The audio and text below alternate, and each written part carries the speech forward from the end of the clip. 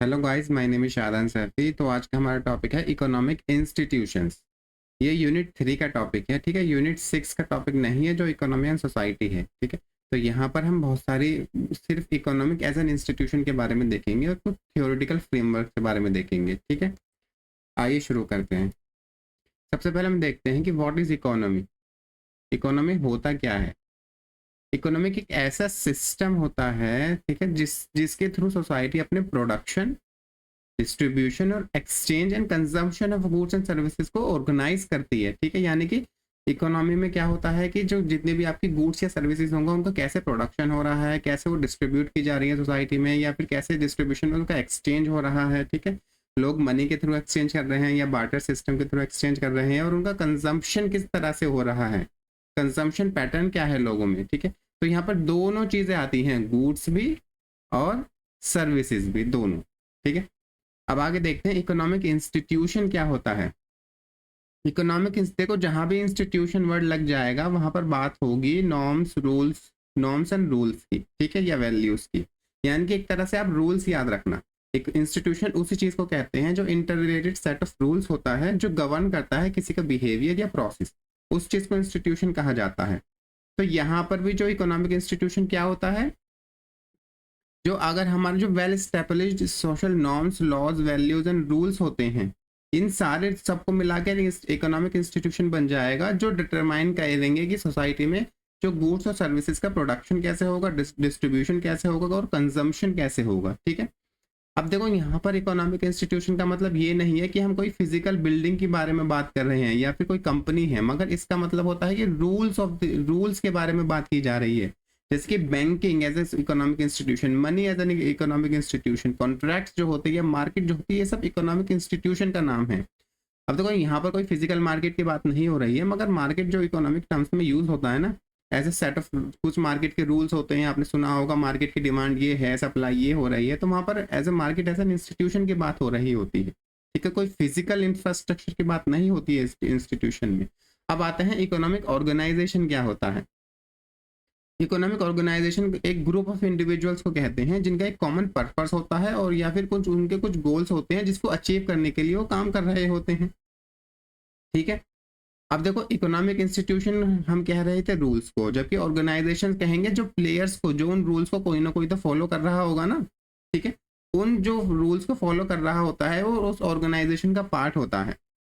जैसे कि कॉरपोरेट्स हैं या फर्म्स हैं या कोऑपरेटिव्स हैं या सेंट्रल बैंक्स है। अब देखो, ये जो कोऑपरेटिव्स या जितनी भी कंपनीज होती हैं या सेंट्रल बैंक होती हैं, ट्रेड यूनियंस होती हैं, ये सब लोगों से ही तो बनी हुई होती है ना। इन सब को ही कहते हैं इकोनॉमिक ऑर्गेनाइजेशन, ठीक है। अब आते हैं इकोनॉमिक सिस्टम क्या होता है। एक इकोनॉमिक सिस्टम क्या है, किसको कहते हैं, ओवरऑल फ्रेमवर्क को इकोनॉमिक सिस्टम कहा जाता है, ठीक है। जैसे कि आपका आपका जैसे कैपिटलिस्ट इकोनॉमिक सिस्टम है या सोशलिस्ट इकोनॉमिक सिस्टम है या फिर मिक्स्ड इकोनॉमी आप फॉलो कर रहे हो, ये सब क्या है, इकोनॉमिक सिस्टम होते हैं। यहाँ पर इंस्टीट्यूशन, ऑर्गेनाइजेशन, प्रोसेसेस सबको एक सब यूनिफाइज हो जाते हैं और सब मिलकर क्या बना देते हैं, एक इकोनॉमिक सिस्टम बना देते हैं।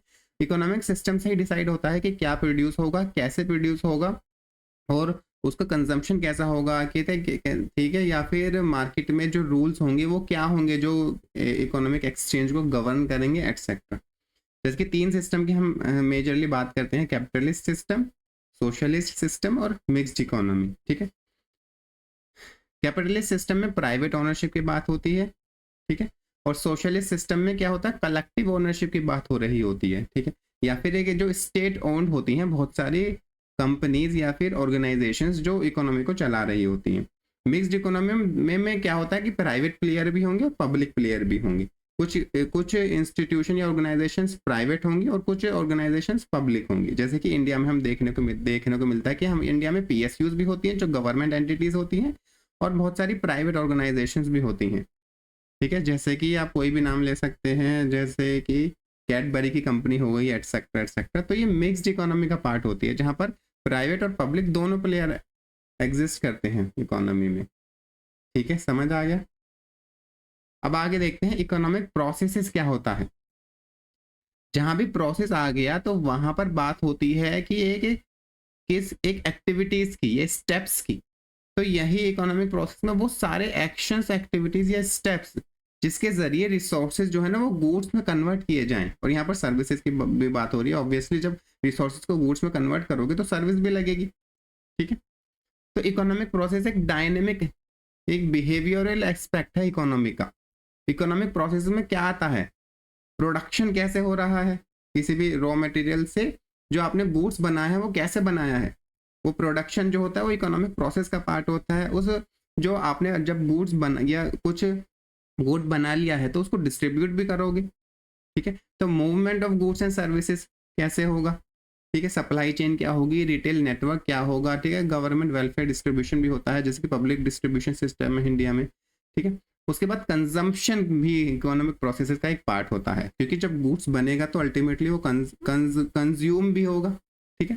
तो 3 चीजें होती हैं इकोनॉमिक प्रोसेस में, प्रोडक्शन, डिस्ट्रीब्यूशन और कंजम्पशन। अब तक बहुत आसान है, ज़्यादा टफ नहीं है इसमें। एक ओवरऑल मैंने एक टेबल बनाई है जिससे सारी चीज़ें समराइज हो जाएंगी।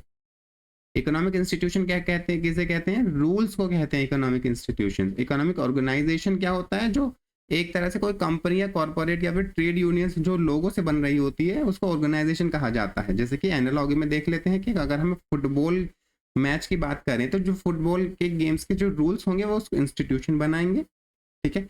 और फुटबॉल की जो टीम होगी वो ऑर्गेनाइजेशन बना रही होगी, ठीक है। अब जो फुटबॉल खेलने में जो प्रोसेस होता है ना, जो बॉल को पास करना है, दौड़ना है और स्कोर करना है, वो प्रोसेस हो जाएगा। अब जितना भी पूरा एक फुटबॉल का टूर्नामेंट जो होगा जिसमें ये सारी चीज़ें हो रही होंगी वो एक तरह से सिस्टम का काम करेगा। अब इकोनॉमिक रियलिटी में भी आप देख सकते हो कि प्रॉपर्टी राइट्स, कॉन्ट्रैक्ट्स और बैंकिंग रेगुलेशन इकोनॉमिक इंस्टीट्यूशंस होते हैं। इकोनॉमिक ऑर्गेनाइजेशन में क्या आ जाएगा, कॉर्पोरेशन, ट्रेड यूनियंस, जिसके एग्जांपल अमूल या गूगल कंपनीज वगैरह। प्रोसेस में क्या आएगा कि मैन्युफैक्चरिंग हो रही है, ट्रेडिंग हो रही है, बाइंग ग्रोसरीज हो रहा है। देखो आईएनजी लग रहा है क्योंकि ये प्रोसेस है, कोई स्टैटिक चीज़ नहीं है, डायनेमिक चीज़ होती है, ठीक है। इकोनॉमिक सिस्टम क्या होता है, कैपिटलिस्ट, सोशलिस्ट, मिक्स्ड इकोनॉमी, ये सब इकोनॉमिक सिस्टम का पार्ट होते हैं जो कि हम पहले ही कवर कर चुके हैं। अब आते हैं फंक्शंस क्या होते हैं इकोनॉमिक इंस्टीट्यूशन के। सबसे पहला फंक्शन होता है गुड्स और सर्विसेज का प्रोडक्शन। 3 चीज हमने पढ़ी थी ना प्रोसेस में, वही फंक्शन में भी आ जाएगा। डिस्ट्रीब्यूशन ऑफ रिसोर्सेज या गुड्स एंड सर्विसेज भी कह सकते हैं, और एक्सचेंज, ठीक है। डिस्ट्रीब्यूशन का ही पार्ट एक्सचेंज होता है। एक्सचेंज में क्या होता है कि आपका ट्रेड कैसे होगा, ट्रांजैक्शन क्या होगा, मार्केट सिस्टम होगा, करेंसी किस तरह से होगी, फिजिकल पेमेंट होगा कैश में या फिर डिजिटल पेमेंट्स होगा, ये सब एक्सचेंज का पार्ट होता है। और उसके बाद consumption is a function of economic institution. Employment generation होता है, ठीक है। इकोनॉमिक इंस्टीट्यूशन में क्या सबको रोजगार दिया जाता है। सोशल इंटीग्रेशन भी होता है, जैसे डर्कहाइम ने कहा था कि organic solidarity modern forms of societies में होती है, जहाँ पर एक दूसरे के ऊपर लोग इंटरडिपेंडेंट होते हैं, ठीक है। आप सारी अपनी जो गुड्स हैं या सर्विसेज की ज़रूरत तो पूरी नहीं कर सकते, आपका एसी खराब हो गया तो आपको एसी वाले को बुलाना पड़ेगा। तो इस तरह से एक इकोनॉमिक इंटरडिपेंडेंस की वजह से एक ऑर्गेनिक सॉलिडेरिटी पैदा होती है और एक सोशल इंटीग्रेशन हो जाता है। तो ये भी इकोनॉमिक इंस्टीट्यूशन का फंक्शन हो जाएगा। और सोशल स्ट्रेटिफिकेशन होगा, क्लास फॉर्म होगी, सोशल इनइक्वालिटी होगी, हर कोई, किसी की सैलरी तो सेम होगी नहीं, कोई जो प्रोडक्शन का पार्ट होगा कोई सर्विस प्रोवाइड करवा रहा होगा। तो इस तरह से क्लास बन जाती है और एक स्ट्रेटिफिकेशन डेवलप हो जाता है सोसाइटी में। लास्ट पॉइंट है कि सोशल चेंज होता है इकोनॉमिक इंस्टीट्यूशन के थ्रू, ठीक है। जैसे कि इंडस्ट्रियलाइजेशन आया है, ग्लोबलाइजेशन या मार्केट इकोनॉमी, तो ये सारी चीज़ें ना एक सोसाइटी को भी चेंज करती हैं। एक डायलैक्टिकल रिलेशनशिप होता है कि जो इकोनॉमिक इंस्टीट्यूशन होगी, जो चीज़ इकोनॉमी में चल रही होगी वो सोसाइटी को भी अफेक्ट करेगी और सोसाइटी में सोशल चेंज आ सकता है। अब बात करते हैं कि सेक्टर्स ऑफ इकोनॉमी। इकोनॉमी में बहुत सारे सेक्टर होते हैं, ये बहुत इंपॉर्टेंट है।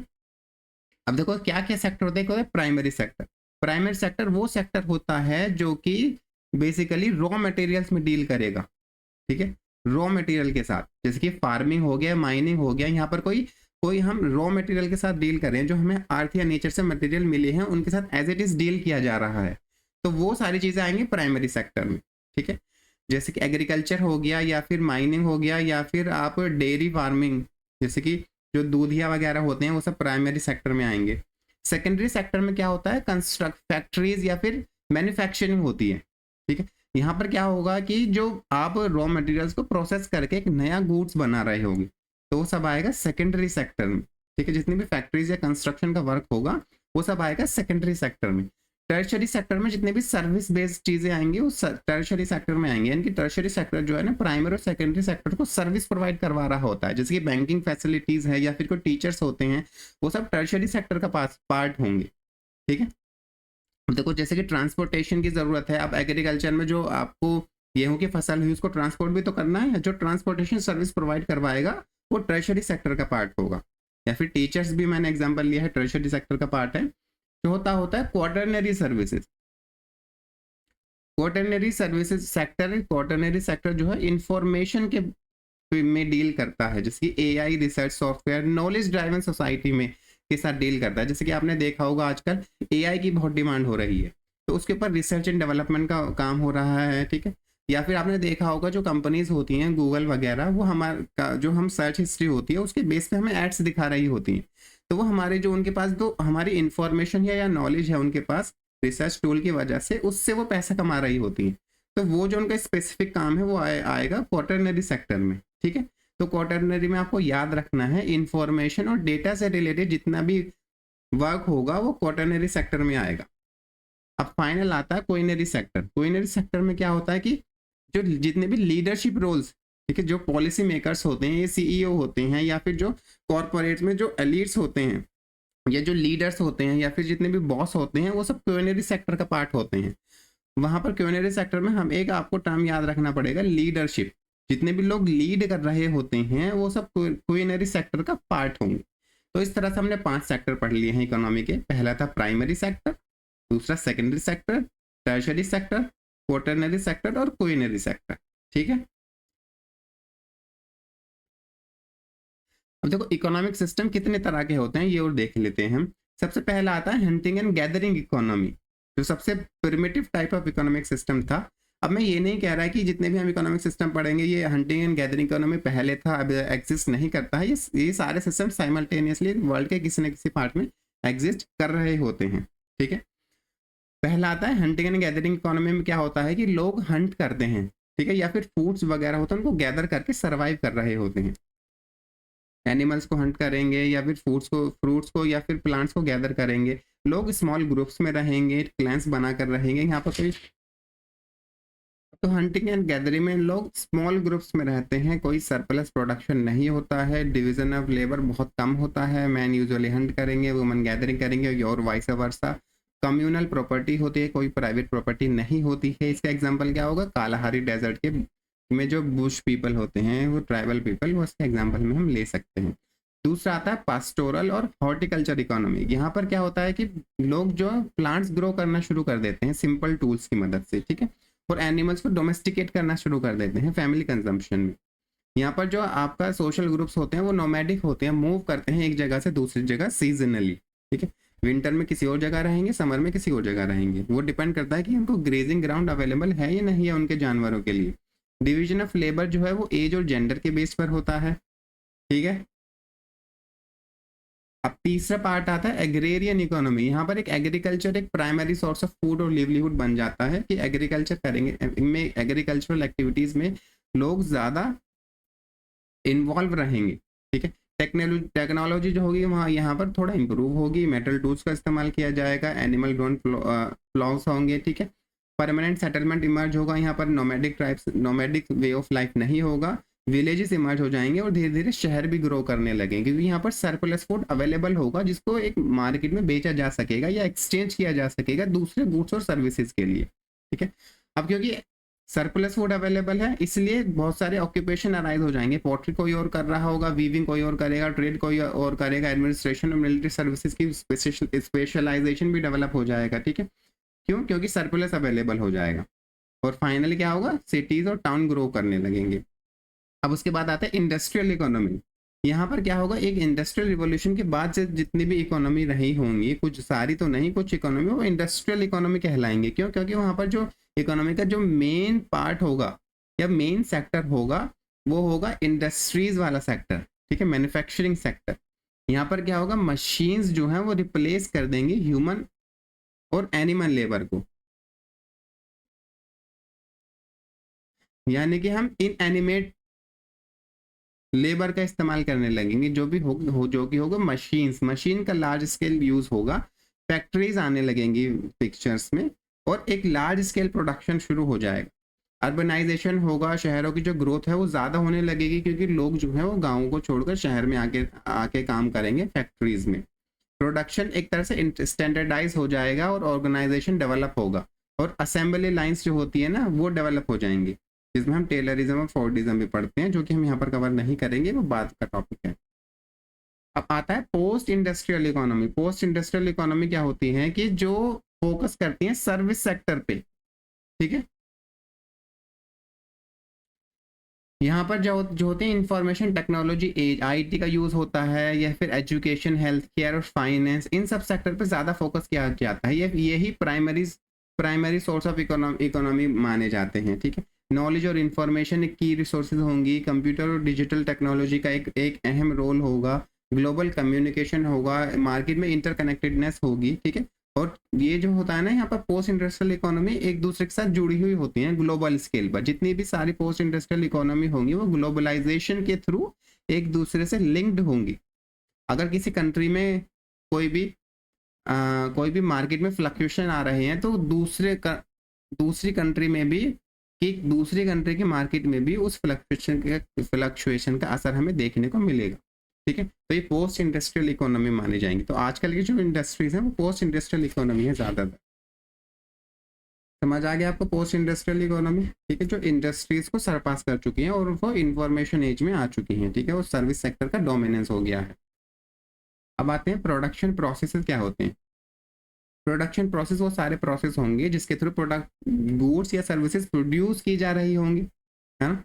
अब देखो, जो इकोनॉमिस्ट होते हैं वो मेनली फोकस करते हैं तीन चीज़ों पर, प्रोडक्शन प्रोसेस के तीन चीज़ों पर, लैंड, लेबर और कैपिटल, ठीक है। इन तीन चीज़ों से मेनली प्रोडक्शन होता है, मगर वो सोशल और कल्चरल इन्फ्लुएंस को इग्नोर कर देते हैं।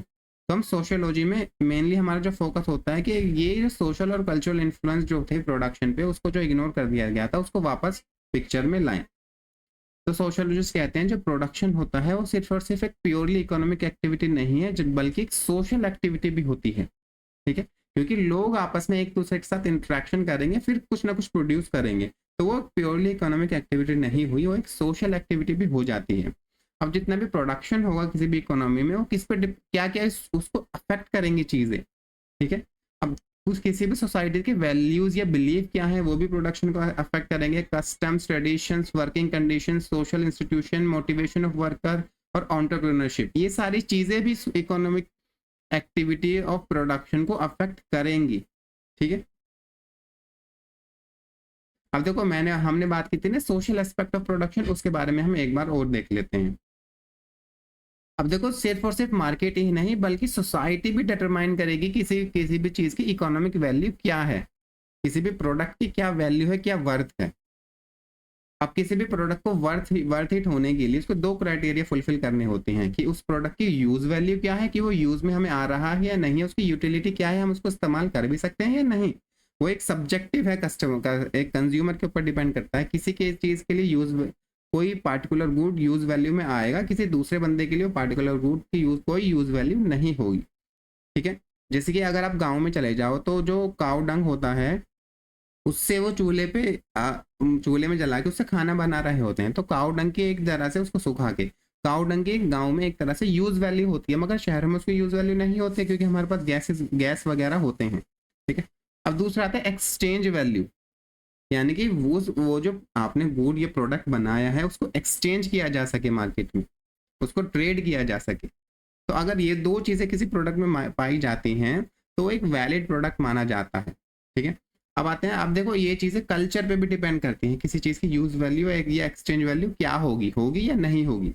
किसी एक सोसाइटी में इस प्रोडक्ट की यूज़ वैल्यू है, दूसरी में नहीं है। जैसे मैंने काऊ डंग का एग्जाम्पल लिया था, यहाँ पर नीचे वो एग्जाम्पल दिया भी गया है।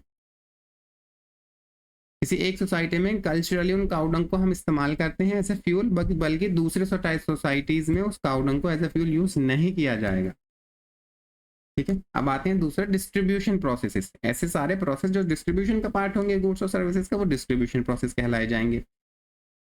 अब डिस्ट्रीब्यूशन में क्या होता है, जो रिसोर्सेज हैं वो अलोकेट कर दी जाती हैं लोगों में उनके कल्चरल रूल्स के अकॉर्डिंग। यानी कि एक तरह से ये देखो कि जो कल्चर होता है वो भी अफेक्ट करता है डिस्ट्रीब्यूशन प्रोसेस को, ठीक है। अब डिस्ट्रीब्यूशन प्रोसेस में ही पार्ट होता है एक्सचेंज सिस्टम, ठीक है। अब देखो यहाँ पर एक्सचेंज सिस्टम, 3 तरह के एक्सचेंज होते हैं, कार्ल पोलानी ने हमें बताया था। पहला एक्सचेंज सिस्टम होता है रेसिप्रोकेसिटी, दूसरा रीडिस्ट्रीब्यूशन, तीसरा मार्केट एक्सचेंज। ये तीनों चीजें क्या होते हैं ये हम आगे पढ़ेंगे, ठीक है। तो अभी हम इसको कवर नहीं कर रहे हैं, आगे कुछ स्लाइड के बाद ये रिपीट होगा। अब नेक्स्ट टॉपिक है हमारा कंजम्पशन, कि जो गुड्स और सर्विसेज जो प्रोड्यूस और डिस्ट्रीब्यूट की जा चुकी हैं उसको ह्यूमंस कंज्यूम करें, अपनी नीड्स को सेटिस्फाई करें, तो वो कंजम्पशन का पार्ट होता है। अब देखो कंजम्पशन भी जैसे सिमिलरली जैसे प्रोडक्शन और डिस्ट्रीब्यूशन अफेक्ट कर रही थी सोसाइटी, सेम चीज कंजम्पशन भी सोसाइटी से अफेक्ट किया जाएगा, जैसे कि society, culture, tradition, status, social norms, ये सारी चीजें कंजम्पशन को अफेक्ट करेंगी, ठीक है। अब फॉर एग्जाम्पल कि जो इंडियन ट्रेडिशनल कल्चर में जो क्लॉथ्स हम पहनते हैं, जो कपड़े पहनते हैं, तो इंडियन सोसाइटीज़ में जो हम कपड़े पहनते हैं वो वेस्टर्न कपड़ों से अलग होते हैं ट्रेडिशनली, ठीक है। तो हमारा कंजम्पशन पैटर्न जो है वो क्लॉथ से रिलेटेड वो डिफरेंट है वेस्टर्न सोसाइटीज़ की। तो जो सोसाइटी है वो भी अफेक्ट करती है कंजम्पशंस को, ठीक है। अब देखो ज़्यादातर लोग जो है ना वो दूसरे लोगों को इमिटेट करते हैं कि वो वही चीज़, क्योंकि वो दूसरा बंदा एक अच्छी चीज़ कंज्यूम कर रहा है तो मेरे नज़र में मुझे भी वो कंज्यूम करनी चाहिए, ठीक है। किसी एक ने एक आईफोन खरीदा तो दूसरा भी चाहेगा वो भी आईफोन खरीदे।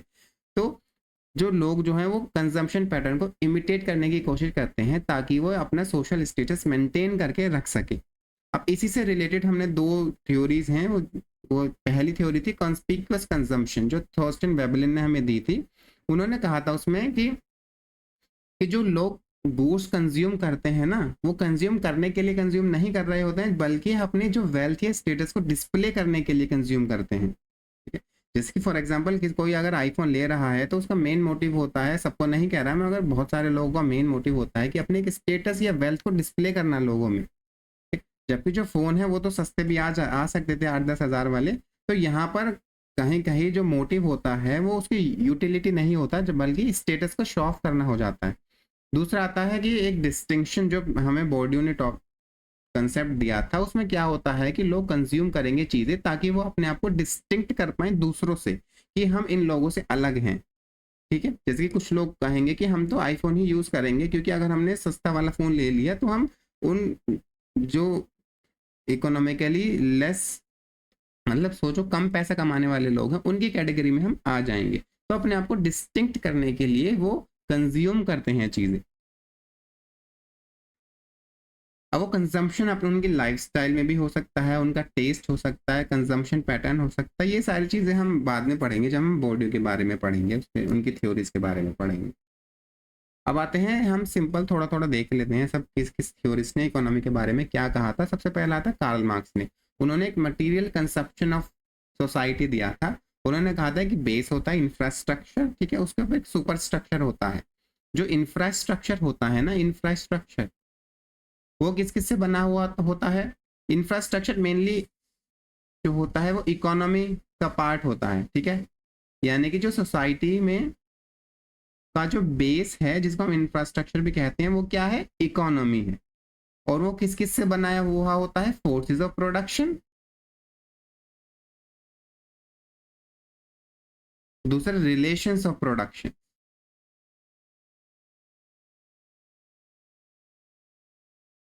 ठीक है। फोर्सेस ऑफ प्रोडक्शन में क्या चीजें आती हैं, जैसे कि लैंड, टेक्नोलॉजी और लेबर, जिनका इस्तेमाल करके गुड्स बनाया जाएगा, वो फोर्सेस ऑफ प्रोडक्शन होगा। और जब गुड्स बनाने के लिए लोग आपस में एक दूसरे के साथ कुछ ना कुछ कोऑपरेशन तो करेंगे, कुछ ना कुछ रिलेशंस में तो आएंगे, तो उसको कहेंगे रिलेशंस ऑफ प्रोडक्शन। जैसे मीन्स ऑफ प्रोडक्शन मशीनें किसी और आदमी की होंगी और दूसरा बंदा लेबर की एज अ लेबर काम कर रहा होगा उसकी फैक्ट्री में, तो उनके बीच में एक रिलेशन बन जाएगा, ठीक है, प्रोलेटेरिएट और बोर्जुआ। तो ये सब क्या होते हैं, रिलेशंस ऑफ प्रोडक्शन में है, जो इंसान एक दूसरे के साथ रिलेशंस में आते हैं ताकि चीजें प्रोड्यूस कर सके। अब उन्होंने कहा था कि बेस और इंफ्रास्ट्रक्चर के ऊपर क्या आता है, ये बेस है, उसके ऊपर आएगा सुपर स्ट्रक्चर,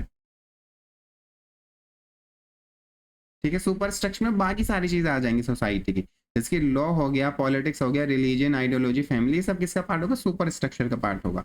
अब उन्होंने कहा था मोड ऑफ प्रोडक्शन क्या होता है। मोड ऑफ प्रोडक्शन जो हमने इकोनॉमिक सिस्टम देखा था ना, वही मोड ऑफ प्रोडक्शन है। यानी कि जो ये फोर्सेज ऑफ प्रोडक्शन और रिलेशन ऑफ प्रोडक्शन को मिला के हमारे पास क्या बनेगा, एक मोड ऑफ प्रोडक्शन हो जाएगा। मोड ऑफ प्रोडक्शन मतलब कि जो गुड्स और सर्विसेज हैं वो कैसे प्रोड्यूस की जा रही हैं, उनका क्या क्या चीज़ें, मतलब ओवरऑल क्या है उनका, जो उनका प्रोडक्शन किस तरह से हो रहा है।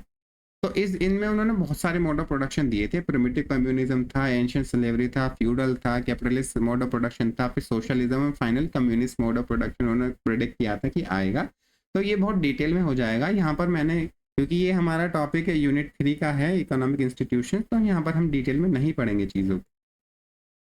दूसरा आता है मैक्स वेबर। मैक्स वेबर ने अपने रिलीजन और रैशनलाइजेशन ऑफ इकोनॉमी के बारे में हमें बताया था। उन्होंने अपनी book Protestant ethic and spirit of capitalism में बताया था कि इंसान की जो वैल्यूज होती हैं, मेनली उसके जो रिलीजियस आइडियाज होते हैं, वो कैसे इकोनॉमी को अफेक्ट कर रहे होते हैं। जैसे पार्टिकुलरली उन्होंने कहा था कि वेस्ट में जो कैल्विनिज्म के जो आइडियाज थे, प्रीडेस्टिनेशन, एस्केटिसिज्म, दिस वर्ल्डली एस्केटिसिज्म, तो उसकी वजह से कैपिटलिज्म जो एज ए सिस्टम है वो राइज हुआ वेस्ट में। ठीक है, यानी कि जो लोगों की एथिक्स या उसके वैल्यूज या उनकी रिलीजियस वैल्यूज होती हैं वो इकोनॉमी को अफेक्ट कर रही होती हैं, ये बताना मकसद था उनका। ठीक है, अब प्री डेस्टिनेशन क्या होता है कि आपको आपको हेवन मिलेगी या हेल वो पहले ही डिसाइड हो चुका होता है, तो कोई पता लगाने का तरीका नहीं होता है कि आप कहाँ जाएंगे। ठीक है, आप कुछ भी कर लिए, आपको अगर हेवन में जाना है तो हेवन में ही जाना है, हेल में जाना है तो हेल में ही जाना है। ये कैल्विनिज्म का एक पार्ट था।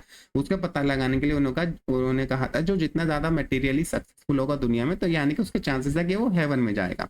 एस्केटिसिज्म में क्या होता है, दिस वर्ल्डली एस्केटिसिज्म में कि लोग जो है एक सिंपल लाइफ लीड करते थे, जो भी प्रॉफिट होता था उसको वापस से इकोनॉमी में इन्वेस्ट कर देते थे या फिर बिजनेस में इन्वेस्ट कर देते थे। ठीक है, तो इन चीजों की वजह से क्या हुआ, capitalist system of production rise हुआ वेस्ट में। अब दूसरी बात उन्होंने की थी इकोनॉमिक एक्शन के बारे में। ठीक है, अगर कोई भी, यहाँ पर हम पार्टिकुलर इकोनॉमिक एक्शन की बात कर रहे हैं मगर ये जनरली सोशल एक्शन के बारे में था। ठीक है, अब एक होता है रैशनल एक्शन। अगर आप मार्केट में जाओगे तो आपको कोई चीज प्रॉफिटेबल लगेगी, आप उसको तभी खरीदोगे। तो आपका जो एक्शन था ना वो क्या इंस्ट्रूमेंटल एक्शन था, जो एक रैशनल था। आपने अपने मीन्स को कैलकुलेट किया कि मेरे पास कितना पैसा है और मैं क्या चीज़ खरीद सकता हूँ, मुझे अपने सस्ते दाम में एक बेहतर चीज़ खरीदनी है, तो वो था इंस्ट्रूमेंटल एक्शन। अब वैल्यू एक्शन में क्या होता है, वैल्यू रैशनल एक्शन या फिर वैल्यू एक्शन भी कह देते हैं। उसमें क्या होता है कि हमारा जो एक्शन होता है वो हमारे एथिक्स और रिलीजियस वैल्यूज से गाइड होगा। ठीक है, अगर मैंने एक ऑटो वाले से कहा कि मुझे उस जगह जाना है, ठीक है, तो मैंने उससे बात कर ली 100 रुपीज़ में, तो दूसरा ऑटो वाला आया कहने लगा कि यार मैं आपको 80 रुपीज़ में पहुंचा दूंगा। तो मैंने कहा नहीं नहीं, मेरी वैल्यूज़ जो मेरी रिलीजियस या एथिकल वैल्यूज़ हैं उसने ये गवारा नहीं किया कि मैं दूसरे ऑटो के पास चले जाऊँ, जबकि वो सस्ते पैसे में मुझे पहुंचा रहा था, मगर मैंने पहले ऑटो में ही बैठना पसंद किया। क्योंकि तो वहाँ पर मेरा जो एक्शन हुआ वो मेरे जो एक्शन था वो वैल्यूज़ पर डिपेंड कर रहा था। ठीक है, जो मेरी वैल्यूज़ हैं। तीसरा आता है अफेक्टिव एक्शन। ये ठीक है, अफेक्टिव एक्शन बेस्ड होता है इमोशंस पे। कभी कभी देखा होगा लोग जब एक्शन करते हैं तो वो इमोशंस पे बेस्ड होते हैं उनके एक्शंस, तो उन सारे एक्शंस को कहते हैं अफेक्टिव एक्शंस। ठीक है, अब डकहाइम ने अपने division of labour and society में क्या कहा था, ये मैं आपको पहले ही बता चुका हूँ कि जैसे जैसे इकोनॉमी आगे बढ़ती है, कैपिटलिस्ट सिस्टम में प्रोडक्शन आता है, तो सोसाइटी जो है वो मैकेनिकल सॉलिडारिटी से ऑर्गेनिक सॉलिडारिटी में आ जाती है। ठीक है, अब इसमें क्या होता है कि ऑर्गेनिक सॉलिडारिटी में लोग एक दूसरे के सारी अपनी जो नीड्स होती हैं वो खुद से पूरी नहीं कर सकते, उनको दूसरों की ज़रूरत होती है।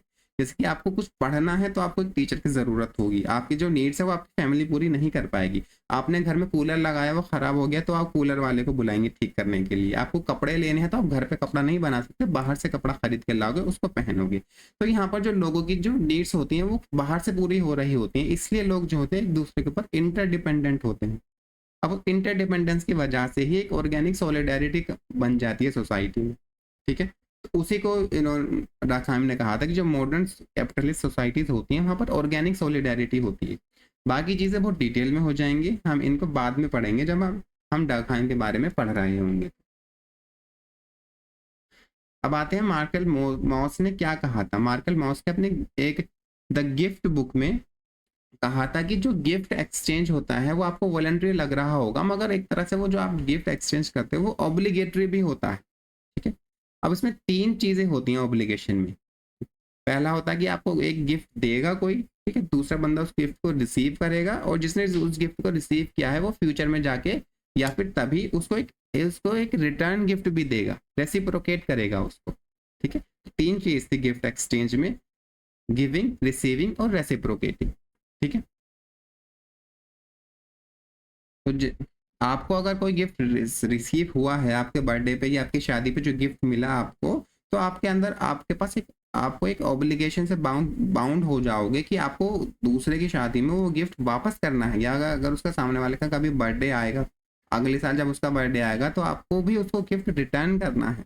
ठीक है, तो यहाँ पर गिफ्ट में ऑब्लिगेशन भी होता है। अब आता है टोटल प्रीस्टेशन। यहाँ पर इन्होंने बताया था जो एक्सचेंज होता है ना इकोनॉमी में, वो सिर्फ और सिर्फ प्योरली इकोनॉमिक नहीं होता, बल्कि वो एक टोटल सोशल फैक्ट होता है। ठीक है, यानी कि जो एक्सचेंज होगा वो लीगल भी होगा, पॉलिटिकल भी होगा, मोरल भी होगा, रिलीजियस भी होगा, एस्थेटिक भी होगा। ठीक है, वो किनशिप पे भी डिपेंड करेगा। ठीक है, तो यहाँ पर एक जो किनशिप भी हम लिख सकते हैं।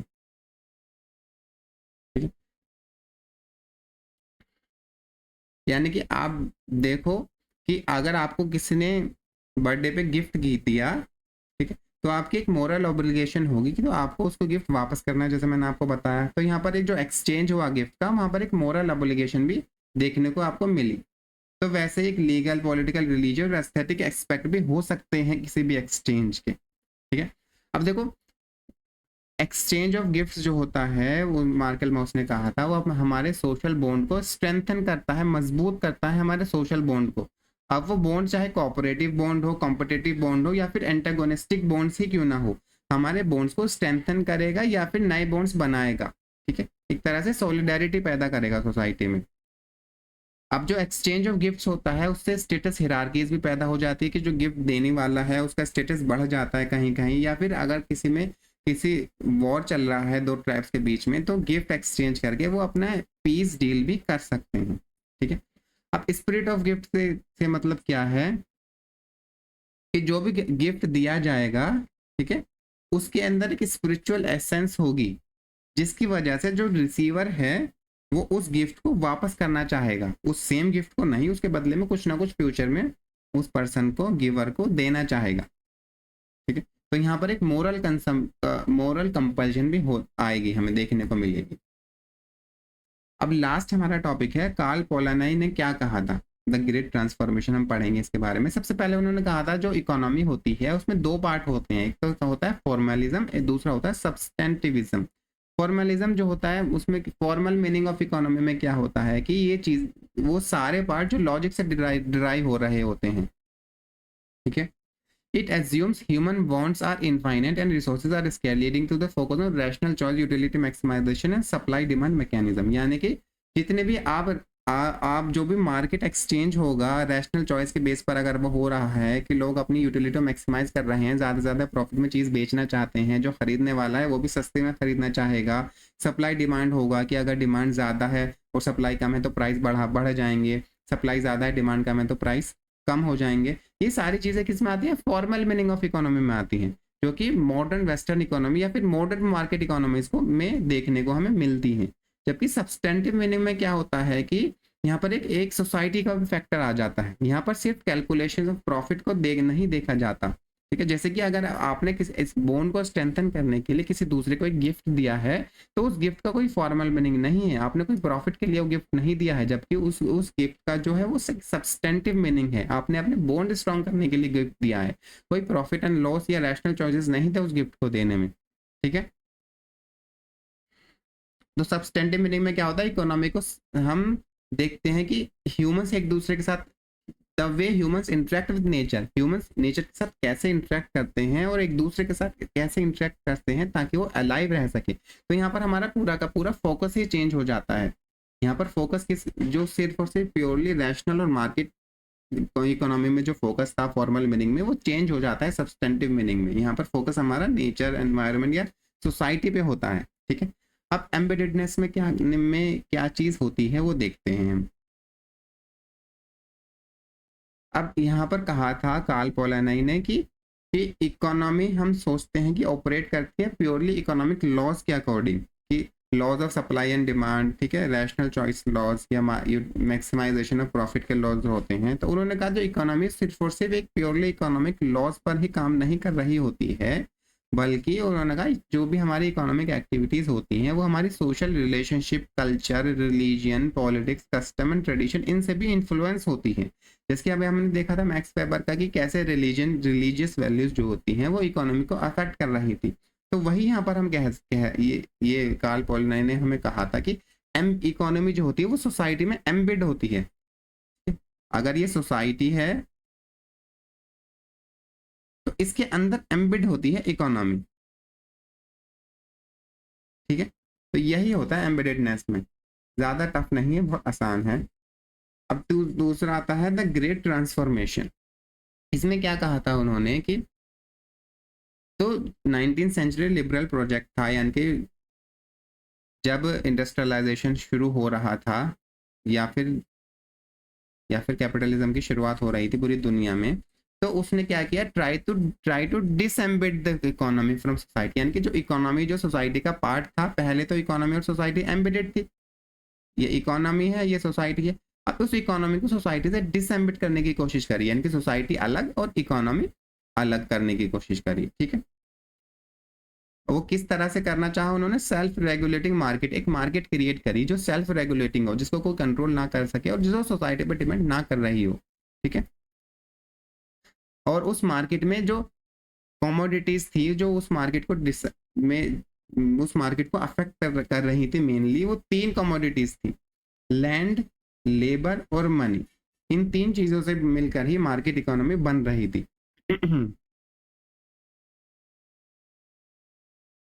यानी कि डिसएम्बेडेडनेस में क्या हुआ कि जो लैंड, लेबर और मनी है, उन तीनों चीजों को आपको मार्केट में लाना है, उसको एज ए कमोडिटी ट्रीट करना है जिसको आप एक्सचेंज कर सकते हो। ठीक है, लैंड पहले प्राइवेट प्रॉपर्टी नहीं हुआ करती थी, अब लैंड जो है वो मार्केट में आ गई, आप उसको एक्सचेंज कर सकते हो फॉर द मनी।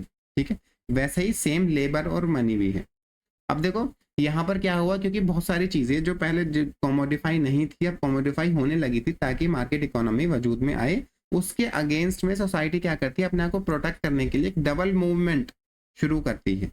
ठीक है, अब क्या होगा कि लैंड अगर जैसे कि लेबर मार्केट में आ गई, लेबर को एज ए फैक्ट्रीज में आप जाके काम करोगे आपको वेज मिलेगी, तो लेबर एज ए कमोडिटी देखा जाने लगा। अब उसको प्रोटेक्ट करने के लिए लेबर लॉज बनाए गए, ठीक है, ताकि एक्सप्लॉइटेशन ना हो, लैंड प्रोटेक्शन कहा, लैंड प्रोटेक्शन या फिर लैंड रीडिस्ट्रीब्यूशन होगा शुरू किया सोसाइटी ने। ठीक है, ताकि वो काउंटर कर सके इस डिसएम्बेडेडनेस को। या फिर सेंट्रल बैंकिंग शुरू हुआ, ठीक है, ताकि रेगुलेशन लगा सके मनी पर। तो जो डिसएम्बेडेडनेस ऑफ मार्केट थी ना, उसको काउंटर करने के लिए एक डबल मूवमेंट आया सोसाइटी में। ठीक है, जो उस डिसएम्बेडेडनेस को वापस खींच लाना चाहता था एम्बेडेडनेस की तरफ। ठीक है, समझ आ गया आपको, बहुत सिंपल था। अब देखो इसके अलावा डिस्ट्रीब्यूशन या एक्सचेंज के 3 फॉर्म हमें बताए थे मार्कल माउस ने। पहला था रेसिप्रोसिटी। रेसिप्रोसिटी में क्या होता है कि, या फिर हम इसको एक डिटेल में मैंने स्लाइड्स बनाई थी वहां से देख लेते हैं, वो था इधर था कहीं था वो। रेसिप्रोसिटी या फिर रेसिप्रोकल एक्सचेंज में क्या होता है कि सोशल रिलेशनशिप या रोल ऑब्लिगेशन के बेस पर हम चीज़ों को एक्सचेंज करेंगे, प्रॉफिट के लिए नहीं करेंगे। जैसे कि फैमिली मेंबर सब चीज़ें एक्सचेंज करते हैं तो वो प्रॉफिट के लिए नहीं कर रहे होते हैं, रिलेटिव या फ्रेंड्स हैं या रिश्तेदार हैं आपके, जब आप आपस में चीज़ें एक्सचेंज करोगे तो वो रेसिप्रोकल एक्सचेंज होता है। ठीक है, अब ये रेसिप्रोकल एक्सचेंज जो होता है वो 2 तरह का होगा, जनरलाइज्ड रेसिप्रोसिटी और दूसरा बैलेंस्ड रेसिप्रोसिटी। जनरलाइज्ड रेसिप्रोसिटी में क्या होगा कि आप एक्सपेक्ट नहीं करोगे कि मुझे भी कुछ रिटर्न में मिलना चाहिए। ठीक है, या कि जैसे कि जो पेरेंट्स हैं वो अपने चिल्ड्रंस के लिए केयर कर रहे होते हैं तो उनको कोई एकदम इमीडिएट एक्सपेक्टेशन ऑफ रिटर्न नहीं होता है। जबकि बैलेंस्ड रेसिप्रोसिटी में क्या होता है कि एक्सचेंज ऑफ गुड्स और सर्विसेज जो होगा वो इक्वल वैल्यू का होगा, यानी कि आप रिटर्न एक्सपेक्टेड करोगे कि मुझे इतने टाइम में वो रिटर्न भी मिलेगा। या आपने अगर किसी की शादी में गिफ्ट दिया है तो आपकी शादी में भी वो दूसरा बंदा आपको गिफ्ट देगा आकर। ठीक है, तो ये हो जाएगा बैलेंस्ड रेसिप्रोसिटी। दूसरा आता है रीडिस्ट्रीब्यूशन। रीडिस्ट्रीब्यूशन में क्या होता है कि एक सेंट्रल अथॉरिटी सारे आपके गुड्स और सर्विसेज को कलेक्ट करती है, फिर उनको रीडिस्ट्रीब्यूट कर देती है सोसाइटी में सारे मेंबर्स। ठीक है, अब ये जो कलेक्शन और डिस्ट्रीब्यूशन है वो वॉलंटरी भी हो सकता है या फिर कंपलसरी भी हो सकता है। जैसे कि टैक्स है कंपलसरी चीज़ है कि गवर्नमेंट टैक्स कलेक्ट करती है सारे लोगों से, ठीक है, और फिर उसके बेस पर उस जो टैक्स का पैसा आया है कोई ना कोई सोशल वर्क करके उसको रीडिस्ट्रीब्यूट करती है सारी सोसाइटी में, जैसे कि रोड बनवा दी या फिर पब्लिक डिस्ट्रीब्यूशन सिस्टम हो गया। या फिर जैसे कि सारे जो एक फादर है उसके 4 बेटे थे, चारों बेटे ने फादर को पैसे दिए, फिर फादर ने उसको फैमिली पर स्पेंड किया सारे पैसों को, ठीक है। इसका हमें रीडिस्ट्रीब्यूशन में एक इंपॉर्टेंट एग्जांपल देखने को मिलेगा कि पोर्टलैंड सेरेमनी। पोर्टलैश सेरेमनी में क्या होता है, सॉरी, पोर्टलैश सेरेमनी, इसमें क्या होता है कि ये सबसे पहले देखते हैं कि ये जो north west coast of America है, नॉर्थ अमेरिका, वहां पर जो नेटिव पीपल रहते हैं वो इसको फॉलो करते हैं। यहाँ पर क्या होता है कि जो होस्ट है, जो दावत देने वाला इंसान है, वो सारे गेस्ट को अपने घर बुलाता है और उनको कुछ गिफ्ट देता है, ठीक है। उनको दावत में बुलाया, ठीक है, उन्होंने खाना पीना खाया और उनको रिटर्न में गिफ्ट दिया उसने। होस्ट ही गिफ्ट दे रहा है उल्टा। हम शादी में जाते हैं तो हम गिफ्ट लेके जाते हैं ना, फिर खाना खाते हैं। उसमें क्या आता है कि आप उसके गेस्ट के पास जाएंगे, खाना वगैरह दावत में जाएंगे और आपको गिफ्ट भी मिलेगा। उससे क्या फायदा होता है कि जो होस्ट होता है उसको प्रेस्टीज या स्टेटस उसका सोसाइटी में बढ़ जाता है और उसका जो इन्फ्लुएंस होता है उस सोसाइटी में या ट्राइबल सोसाइटी में वो बढ़ जाता है, उसको एक स्टेटस हासिल होता है, ठीक है। तो यहाँ पर उसने रीडिस्ट्रीब्यूट किया सारी चीज़ों को। उसके पास जो भी रिसोर्सेज थी होस्ट के पास, ऑब्वियस सी बात है कि वो गिफ्ट दे रहा है लोगों को, तो उसके पास रिसोर्सेज होंगे, बहुत सारे गिफ्ट्स होंगे, बहुत सारे ऑब्जेक्ट्स होंगे, उनको वो रीडिस्ट्रीब्यूट करेगा वापस से अपने क्लैन या ट्राइब में। अब तीसरा होता है लास्ट, मार्केट एक्सचेंज। यहाँ पर गुड्स और सर्विसेज जो होती हैं वो सप्लाई डिमांड के अकॉर्डिंग एक्सचेंज की जाती है। यहाँ पर मनी और प्राइसेस को हम कंसिडर करेंगे। जो बायर और सेलर होता है वो दोनों एक दूसरे को जाने ही जरूरी नहीं है। अब तक दो एक्सचेंज में जानते थे, जो गिफ्ट दे रहा है या गिफ्ट ले रहा है, जो एक्सचेंज कर रहे होते हैं ना लोग, वो आपस में एक दूसरे को जानते थे। मगर मार्केट एक्सचेंज में ऐसा जरूरी नहीं होता है। यहाँ पर जो मीडियम ऑफ एक्सचेंज होगा वो मनी होगा, बाकी में एक मीडियम ऑफ एक्सचेंज मनी नहीं था। अब सप्लाई और डिमांड के हिसाब से प्राइस फ्लक्चुएट करेगा, प्रॉफिट मैक्सिमाइजेशन गोल होगा सबका एक्सचेंज में। जो मॉडर्न इंडस्ट्रियल सोसाइटीज या फिर कैपिटलिस्ट सिस्टम होते हैं वहाँ पर मार्केट एक्सचेंज ही चलता है, हमें देखने को मिलता है। अगर आप सुपर मार्केट में जा रहे हो या फिर ऑनलाइन कुछ परचेज कर रहे हो तो आप मार्केट में जाके उसको परचेज कर रहे होते हो। अब जैसे आपने अमेजोन पे कुछ परचेज किया तो एक अमेजोन क्या है, एक मार्केट एक्सचेंज का ही तो पार्ट है, आप उस पर चीज़ें परचेज कर रहे होते हो, ठीक है।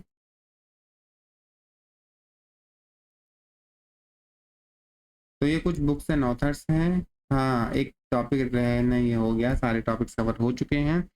द ग्रेट ट्रांसफॉर्मेशन बुक थी कार्ल पोलानई की, मार्शल मॉस ने बुक लिखी थी the gifts, William H Wiser की बुक थी the Hindu jajmani system, Emile Durkheim ने बुक लिखी थी the division of labour in society, Max Weber की बुक है the protestant ethic and the spirit of capitalism, Max Weber की दूसरी book economy and society, Karl Marx की book Das Kapital, जिसको capital भी कहते हैं, नील जे स्मेल्सर की बुक थी इकोनॉमिक सोशियोलॉजी। ये कुछ बुक्स है जिनको आप देख सकते हैं और याद रख सकते हैं। तो आज के लिए इतना ही। आपको वीडियो अच्छी लगी हो तो लाइक करना और चैनल को सब्सक्राइब करना और शेयर करना और कमेंट्स में बताना कि क्या टॉपिक रह गया जो मुझे कवर करना चाहिए था। कमेंट ज़रूर करना, ठीक है। Thank you.